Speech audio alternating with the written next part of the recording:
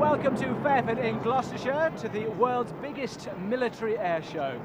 However, some of the people who are coming here today could well think it was the world's biggest traffic jam.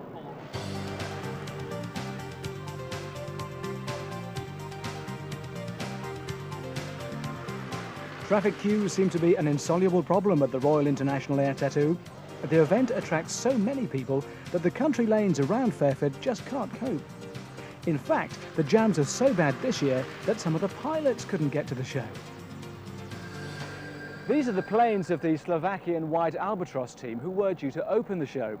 However, most of the crew are still caught up in the traffic. One thing about Fairford, of course, is that there are so many aircraft here that you hardly notice a change in programme. So let's get things started with the F5 fighters of La Patrouille Suisse. The show commentator is Sean Maffett. Well, as we see the American-built F5s take off, I'm reminded of nothing so much as a set of toy Thunderbirds. But they're very pretty, aren't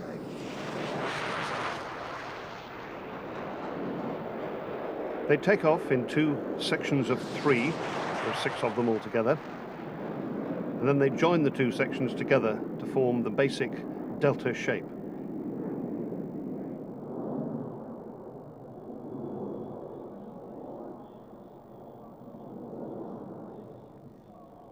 Of course, as with all formation teams, they change the shape of the formation quite a lot as they go along.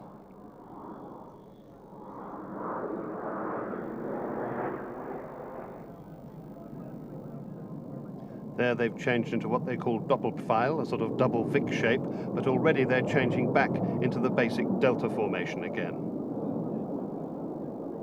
Actually, the F5 is not a brilliant formation team aircraft because it doesn't have a very good turning circle, but nonetheless, the Swiss make the most of it, splitting 2 away from the formation here so that they're left to fly opposition manoeuvres, and the other 4, demonstrating that beautiful Swiss emblem on the underside there, do a loop in box 4 shape.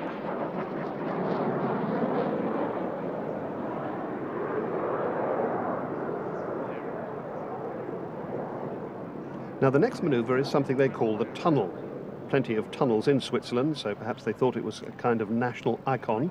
They split 1 aircraft away from the 6. There are the remaining 5, making the shape of the tunnel. The 1 aircraft heads towards the tunnel with a combined closing speed of perhaps 700 miles an hour and flies through the tunnel.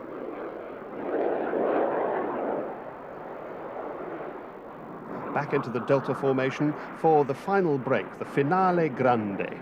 And this one has fireworks. La Patrouille Suisse. Well, this year's Royal International Air Tattoo brings together 437 aircraft from 33 air arms throughout the world. But besides being an international convention of airmen and a wonderful display for the public, it should be remembered that the show raises £500,000 each year for its organisers, the RAF Benevolent Fund. And here's what's coming up.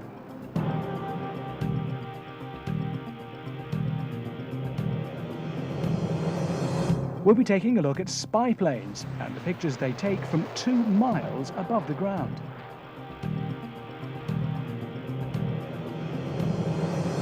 We'll be celebrating the RAF's 80th birthday with a pageant of aircraft from the past.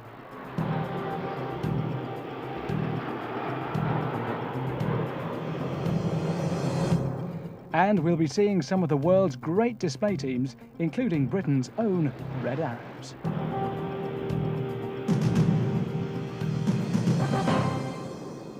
Well, that's all coming up later. But right now, we take you back 50 years to the days when the Cold War was at its height. 300 tons of coal comes in a shuttle service which taxes the resources of the landing control staff. In 1948, Stalin closed all land links to Berlin. The German city lay under siege. Its only links to the outside world were by air. For more than a year, Allied forces were involved in a huge relief operation, ferrying everything from food to coal to the people they'd bombed just a few years earlier. Well, this year sees the 50th anniversary of that famous airlift, as remembered here at Fairford.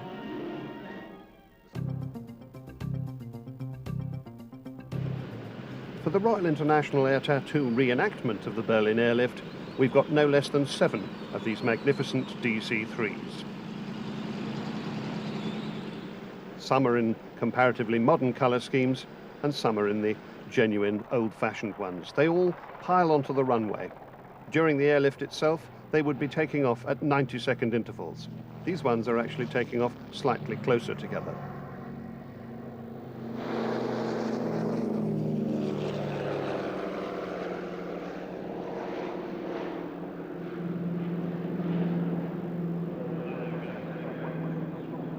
Amongst them, we've got a very rare DC-4. This one has come all the way from South Africa to join in the celebrations.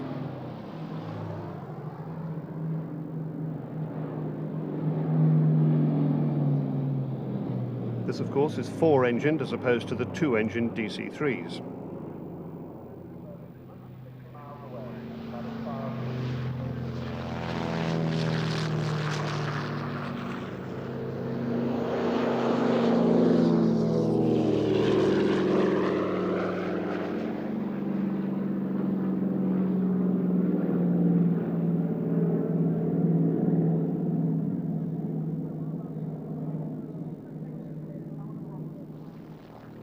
Here's one taking off with its door open.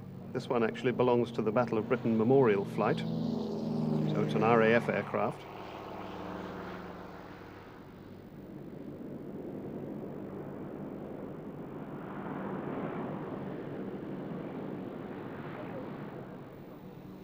And then something even rarer, a DC-6. The magnificent sound of 4 Pratt & Whitney 2500 horsepower engines. Now we're transporting ourselves to Gatow, one of the Berlin airfields, for the landing sequences. Sometimes aircraft will get too close to each other. That red Veery signifies that the one behind has to go round again. He can't land because he's too close to this one. Now, when that happened for real in the Berlin airlift, an aircraft that was not allowed to land couldn't just rejoin the pattern. It had to continue straight ahead and then return to the base from which it had started. There just wasn't room to fit somebody in who had to go round again.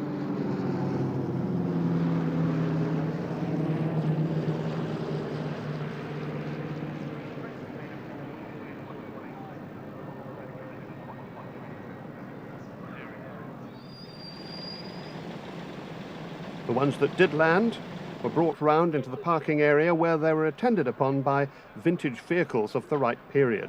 These are exactly the sort of vehicles that were involved in unloading the coal, the oil, the food, the candles, everything that had to be resupplied to Berlin. Now here's an aircraft, the C-121 Constellation, that actually took part in the Berlin airlift. It's over here on a European tour, Captain Frank Lang on the left, Captain Larry Henderson on the right. But there are none of these actually based in Europe now, so it's a great treat for us here today to see it as part of this reenactment of the Berlin airlift.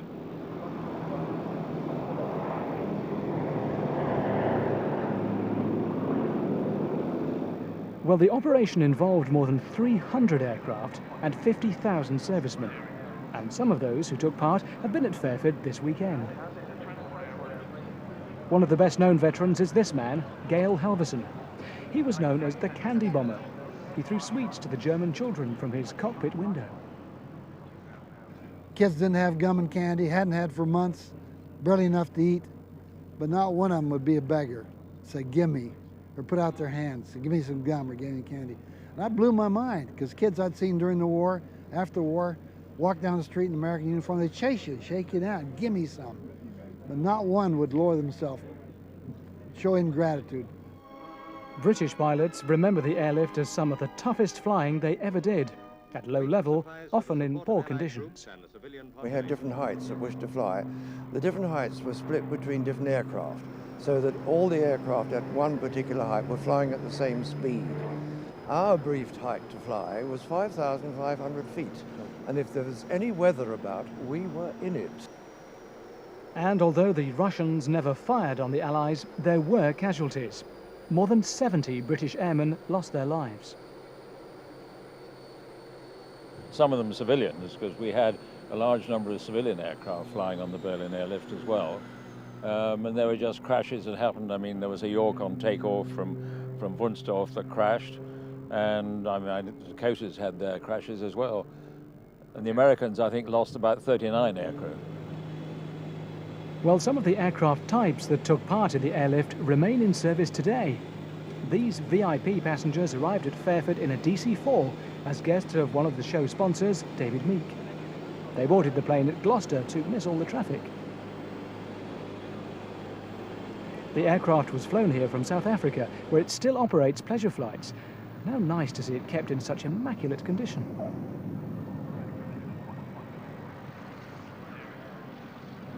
The venerable DC-4 still going strong after 50 years. Well, we move on to a newer aircraft now. This one's not actually taking part in a display, but it's undoubtedly one of the real stars of the show. Here's Harriet Scott.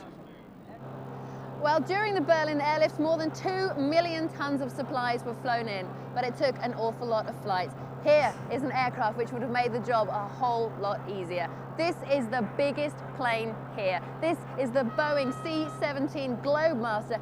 Let's go and meet its pilot. Well, I'm joined here in the cockpit by Squadron Leader Jeff Clark. Now, Jeff, Squadron Leader, it all sounds very English. What's an English guy doing flying an American plane?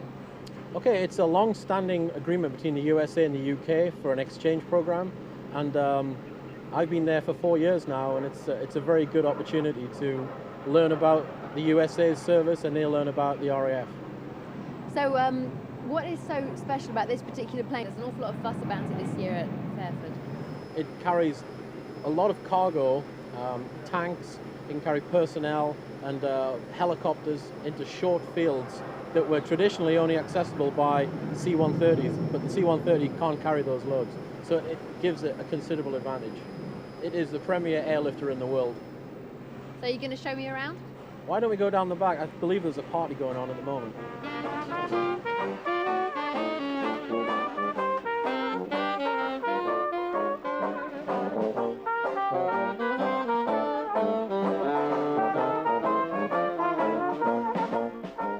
The huge hold of the C-17 is just as good for parties as for carrying tanks.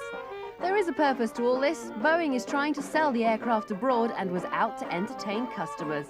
Not a bad idea with so many countries represented here at Fairford. Whether any of these guests were actually potential buyers is doubtful, but Boeing's chief salesman seemed well satisfied. We are absolutely delighted with the turnout here at Fairford. I mean, these people have been absolutely wonderful in terms of their hospitality, their generosity, their spirit, their enthusiasm. It's wonderful for us to be here from Boeing. How could you convince me that I need one of your aeroplanes? You know, at Boeing, we really believe that when your view of the world is from a foxhole, the C-17 improves your outlook. And that's what I would say to you if you wanted to buy this airplane. Well, one of the best display teams here at Fairford is the Royal Jordanian Falcons. They're regulars at the show, but last season was marred for them by tragedy at an air show in Belgium. One of the aircraft crashed into the crowd, killing the pilot and several spectators. Well, many people thought they'd be disbanded after that, but they weren't, and I'm very pleased to say that they're here with us again today.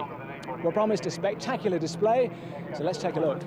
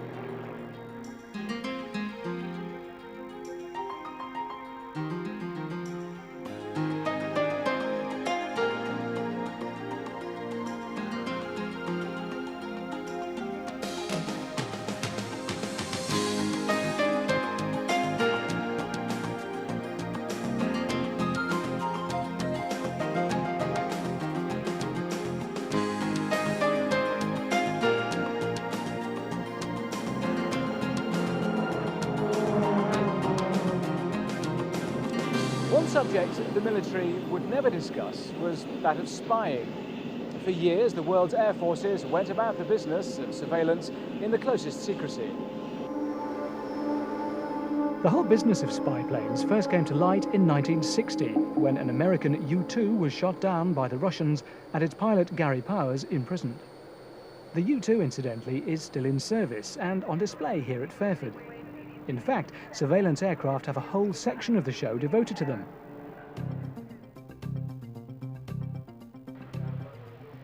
Well, this may look like just an ordinary C-130 Hercules until you see all the bits and bobs that are hanging off it. It is in fact an EC-130E. It doesn't belong to the Air Force, it belongs to the Air National Guard.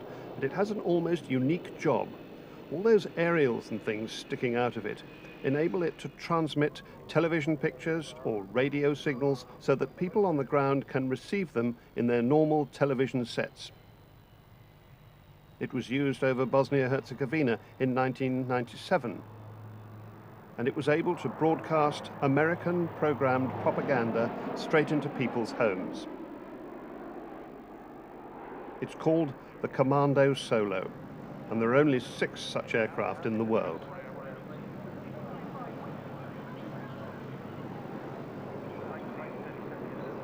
The Royal Navy joins the fray now with a rather extraordinary looking Sea King helicopter. This is actually an airborne early warning aircraft, and that big dustbin thing on its right contains the radar aerial.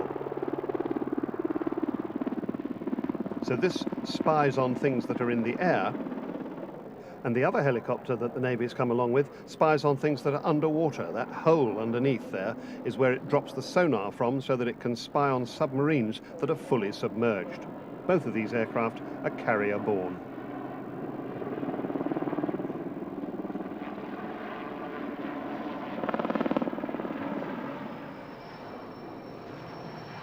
Undoubtedly the oldest aircraft in RAF frontline service, the PR-9 Canberra, PR standing for photographic reconnaissance, the classic spy in the sky.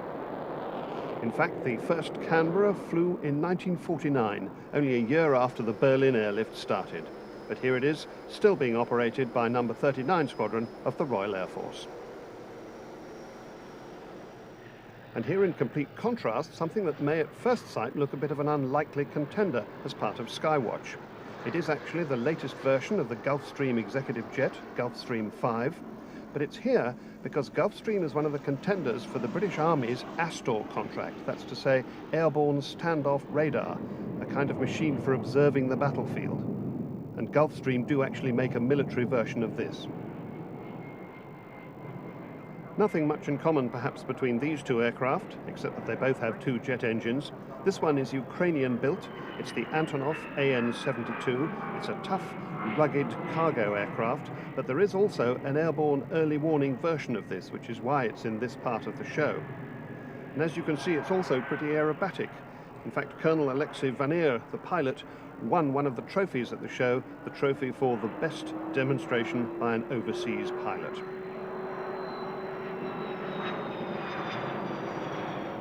Besides the aircraft taking part in the display, there are many other spy planes here at Fairford.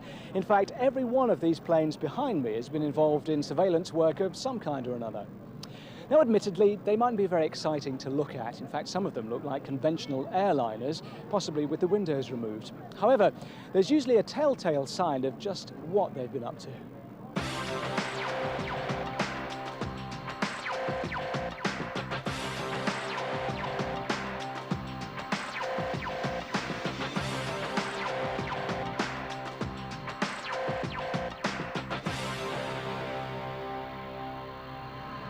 Well, not all surveillance aircraft are as big as those we've seen. Take this one, flown by the Israeli Air Force. The Searcher is a spy plane, and the Israelis had hoped to fly it here, but the show organisers had to say no on grounds of safety. This doesn't look like a very conventional aircraft to me. Tell me a bit more about it. Okay, this UAV is called a Searcher 2. It's a bird which is used mainly for reconnaissance and surveillance missions. How is it actually controlled then? Obviously you don't have a pilot in there, do you? The principal of action is taking off and landing by a guy who stands outside of the box and he's called an external pilot. He's in charge of taking off and landing. After taking off, he hands the control into the box. In the box we have a couple of operators who are in charge of operating the payload. Well, we're looking at pictures taken from the aircraft. Just tell me about what we're seeing here. So day vision with a 1200mm zoom. You can notice and identify people from around 10,000 feet. Truly amazing pictures, aren't they, from the smallest plane here at the show. Well, of course, there's always something new to see here, isn't there? Let's catch up now with some first-time visitors from Poland. Well, not only are they first-time visitors to the Royal International Air Tattoo, it's actually their first ever public display. They've been on a European tour and it was supposed to have been their third display, but bad weather has intervened, so this is actually the first time they've demonstrated in front of the public. They are the Polish Orliks. They fly turbo Orlik aircraft. You can see it's a propeller-driven aircraft. There's the propeller in front of the pilot there. And Orlik means eaglet, and eaglet stands for the trainee pilot. These are training aircraft, somewhat like the Royal Air Force's Tucanos. That formation they call the diamond on a string.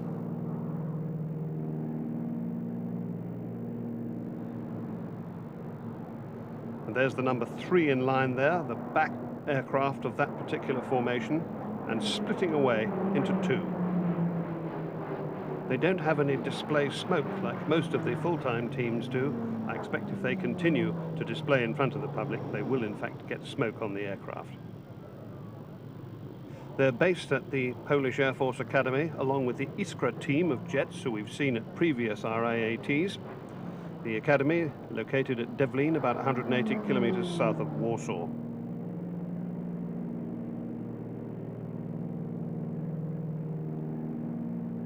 And here's the number 4 of this particular formation, catching up with the other 3, rejoining. He's going to have to slow down quite quickly to avoid going faster than the formation. There he is, just slotting into that position there, which actually is called the slot. He's the aircraft at the back in this picture.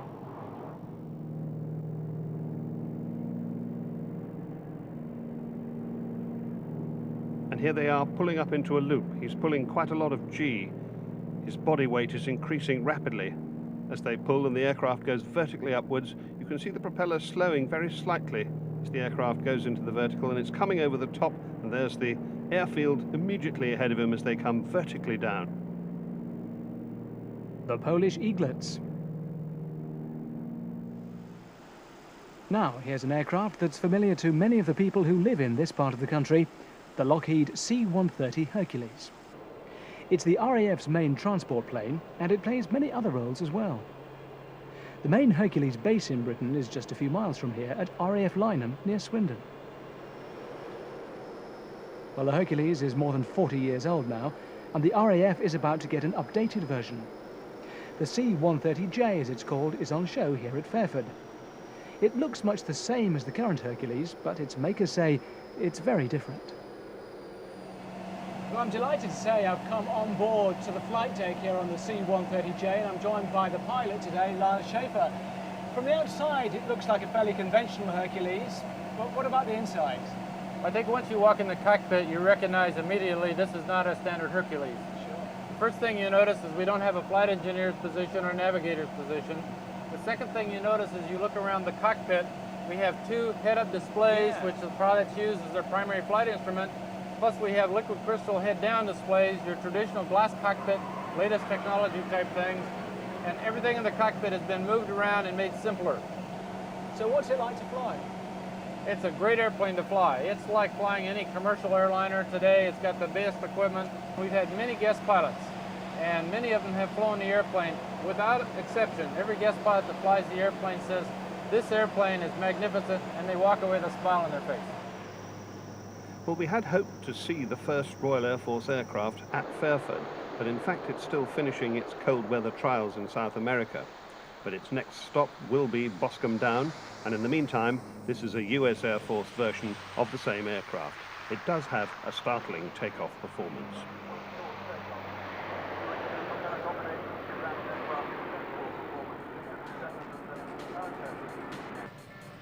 Now, one of the great aerobatic teams of the world, the Patrouille de France. In their 8 little Alpha jets, twin-engined advanced trainers, the equivalent of the British Hawk that the Red Arrows fly. They take off in 2 sections of 4, and as they get off the ground, they kind of remind me of dolphins, or perhaps it's flying fish. Now we're flying with the leader, Commandant Philippe Morales.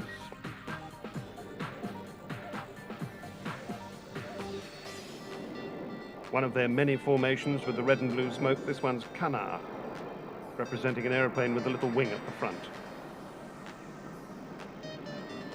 And there's the leader, looking cool and collected.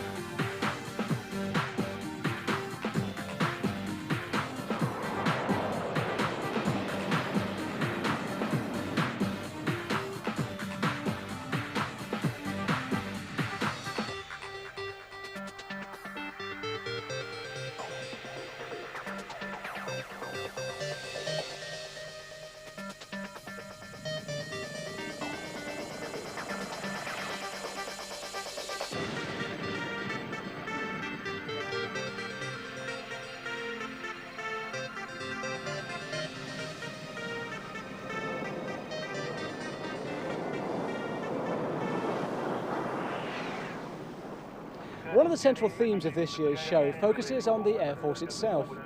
It's exactly 80 years since the RAF was formed. And those days, planes were made of wire and wood, and it was only a matter of hours to learn to fly one. These days, of course, it takes millions of pounds to train a pilot and tens of millions to build his aircraft. Let's see how this business of aviation has changed since 1918.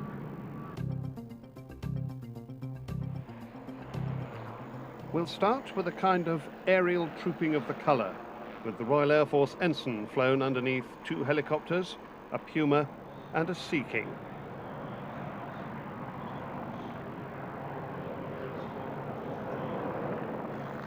The first formation takes us back to the very early days, 1918 and the First World War. The SE-5, one of the best fighters of the First World War, in a big formation with a Sopwith triplane and a Curtiss Jenny. This is an original aircraft, possibly the first time it's been back in this country since the early 20s.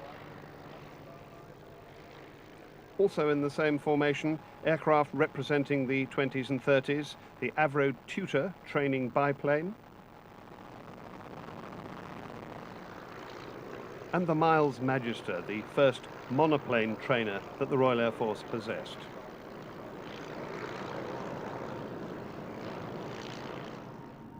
The second formation takes us into the 1930s. On our right here, the twin-engined Blenheim bomber, very advanced for the 1930s.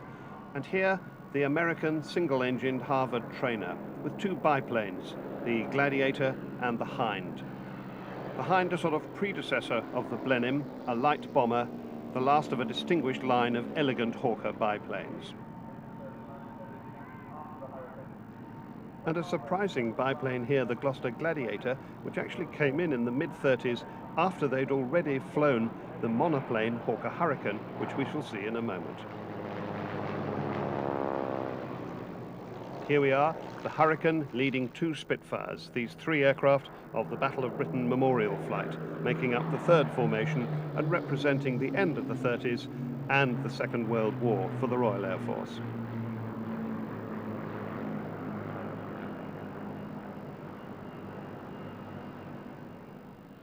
Followed also by the flagship of the Battle of Britain Memorial Flight, the best night bomber of the Second World War, the Avro Lancaster.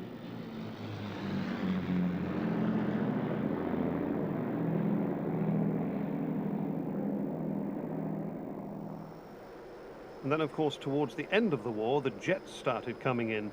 The Meteor, nearest the camera here, actually saw operational service, although this particular one is a later mark. And on the far side, the Vampire.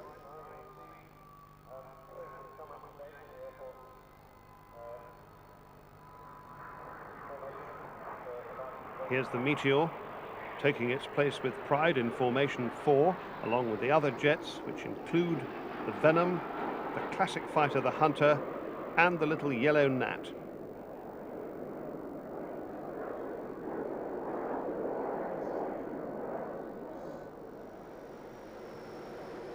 And this is the view from the instructor's seat in the trainer Vampire in that formation.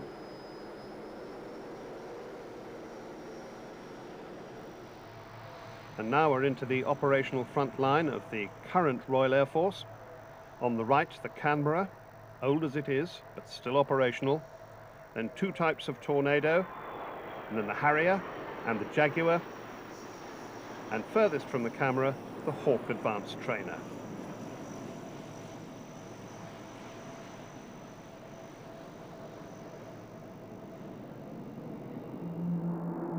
But no birthday celebration is complete without a birthday cake, preferably with 80 candles. But the next best thing are the twinkling landing lights of 21 Tucano trainers in the shape of the figure 80.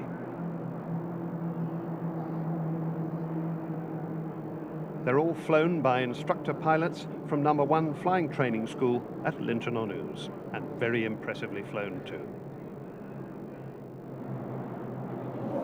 Inevitably, a show like this revives memories for the thousands of Air Force veterans who've come to visit. Some of them have been meeting a very distinguished guest, as Harriet Scott's been finding out. Thanks, Wes. Well, it's not called the Royal International Air Tattoo for nothing. Every year at Fairford we have very special royal guests, and this year none other than His Royal Highness Prince Philip, the Duke of Edinburgh, is here. He's meeting RAF veterans who are celebrating the 80-year history. They've all got a special story to tell. Let's meet some of them.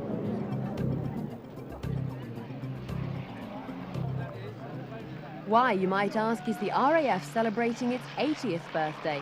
Its 75th was a big enough occasion. But for many veteran airmen, this will be the last chance to mark an anniversary. A few still remember the First World War, like 98-year-old Philip Bristow, who flew an old Curtiss Jenny in France. Still going strong, his lifetime spans almost the entire history of aviation. When I learned to fly, Blériot had only crossed the Strait of Dover 9 years before. So one has to realize that there was an enormous increase in the air and in the construction of different aircraft and what went on afterwards. But the most important advance, I think, was the invention of the jet engine, which gave enormous power in a comparatively small weight. The Barrett family has 3 generations of airmen. Arthur Barrett was too young to fight in the First World War and too old for the Second. But throughout its 80-year history, the RAF has been involved in many lesser-known conflicts. In 1931, Arthur was involved in repelling a rebel uprising on India's northwest frontier. In those days, the British Empire was far-reaching. The Afridi and Mohammed tribes attacked Peshawar, and the army drove them back to their frontier, and then we had to carry on pushing them back to their villages. And it was quite hair-raising, really, doing low flying in the hills. Did you wonder about what was going to happen to you? Well, aircraft often came back with bullet holes in the wings because they were pretty good shots. Well, back to the flying now, and an aircraft we've been used to seeing at Fairford in recent years is the French Mirage. In fact, there's a whole family of these aircraft, and we're going to take a look at what it's like to fly a display sequence in the latest type, the Mirage 2000. Let's now join the pilot, Frederick Longley.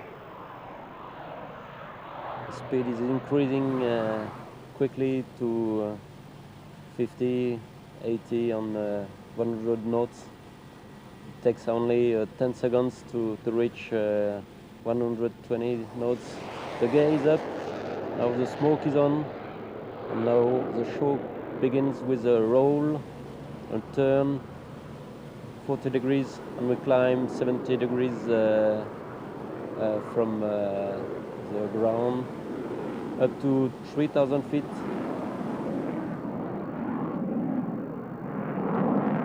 With dive from 3,000 feet more, and we are reaching 350 knots for inverted turn. Now it's -4 G at 500 feet and around 700 kilometers. We turn, make smoke on. During the top, I will stop the nose of the aircraft only in front of the public, and I will pull now. It's -5 to dive, and pull it back, +9, make some rolls, and the throttle is back now, and we see the airfield. The air brakes is down, the gear is down now, and we will dive and try to have a speed less than 140 knots. It's very close to the runway now, and we land at around 120 knots. Pretty nice landing. It was very smooth. Okay. And from one showman to 9 others, the Royal Air Force aerobatic team, the Red Arrows, in the shape of Concorde, but changing as we watch and bringing the aircraft forward so they return to their basic diamond shape, the Diamond 9, for which they've become famous.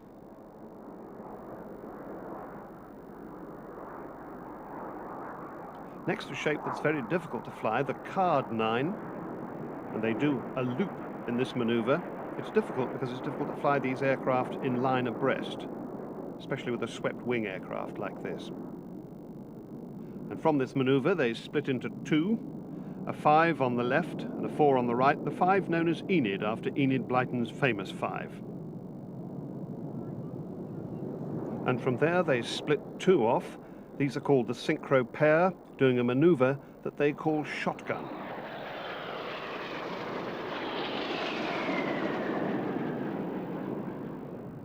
Now Enid back again with double rollbacks.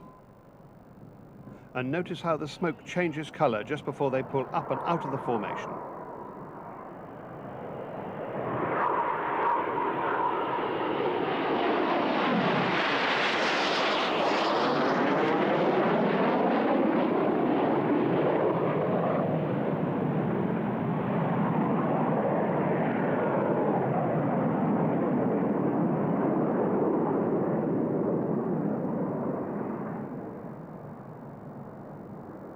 We're back together with 7 aircraft now in a formation they call Vixen, after the naval fighter, the Sea Vixen, and this is their vertical split.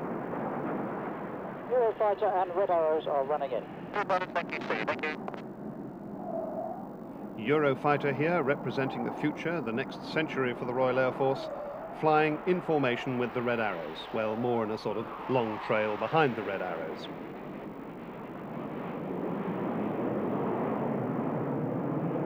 And as Eurofighter splits away from the Red Arrows in Big 9 formation, it turns into the real finale of the show by departing this 80th birthday celebration, climbing vertically.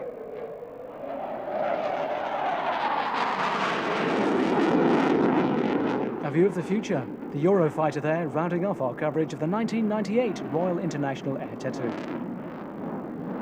Hopefully we'll be back in 1999 and maybe you'll be there too. But for now, on behalf of the entire team here at Fairford, may I wish you a very good afternoon as we leave you with some more of the sights and sounds of the show.